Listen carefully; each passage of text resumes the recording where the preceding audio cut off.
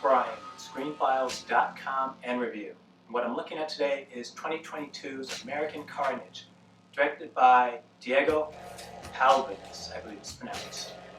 And expectation matters in the sense that when I saw the commercials for American Carnage, I expected a movie that revolved around immigration and the knee-jerk response by way too many people in this country and others to immigration and treating them as if somehow wanting to find a better life for themselves is something to be demonized and hated. And this is an interesting perspective in the United States because it's literally the underpinning of this country, immigration that is. So I was expecting something really penetrating and powerful from American Carnage, at least initially. And to add to that impression,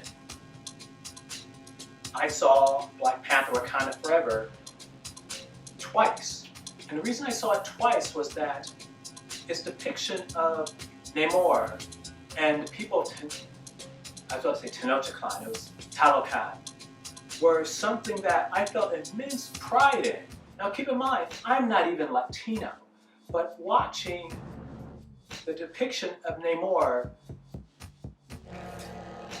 literally at points brought tears to my eyes because it was such a powerful and proud depiction. And it's not something you commonly see.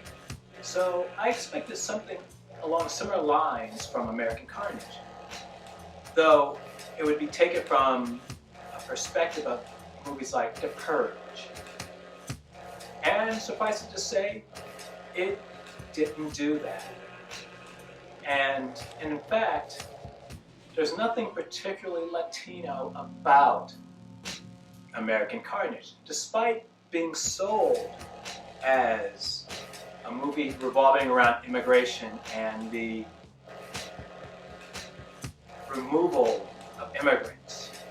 And that's a pity, because that's a powerful story and we need to see more of it. And this movie was in a prime position to exploit that need. Unfortunately, as I said, it doesn't feel particularly Latino flavored. Characters speak Spanish occasionally, though it's not terribly common in this movie, which kind of, once again, bummed me out. And in fact, I would have probably preferred it with more Spanish, with subtitles if necessary, as opposed to just speaking English, making the characters exhibit little, if anything, of their culture. So that was disappointing for me. Another thing that didn't quite work for me was that the story of immigrants being removed is only one part of American Carnage. The other part of it is a riff on Us, the movie by Jordan Peele, which it doesn't do badly, and in fact that story is interesting, but the elements never quite mesh. So at least for me, this movie does not work particularly well. As I said, the scenario is outlandish. I won't tell you what it is. It's worth seeing as a movie, though keep the expectations relatively low. If the movie had had a better depiction of Latino culture and life, I think it would have elevated the more fantastical elements of the story. I said Us, by the way. I meant Get Out. Like with Get Out, and how it revolved around the African American community. And the actors took it very seriously, which also worked for the story the movie is trying to get across. In American Carnage, not so much. George Lindborg Jr., who plays the lead, is a good actor, but wrong for this role. And the reason that he's not great for this role is that he seems eternally optimistic and happy, no matter what is actually on around him. You never take the peril he and his friends are in terribly seriously, which undermines the movie, or at least the premise the movie's trying to get across.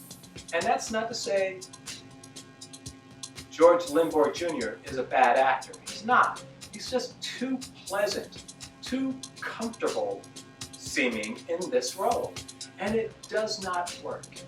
This is a movie I wanted to like a lot more than I did. As I said earlier, it is watchable, and I would advise you to see it. It's not terrible by any stretch, but after seeing Wakanda Forever, it affirmed to me that there are stories that peoples have that are worth telling.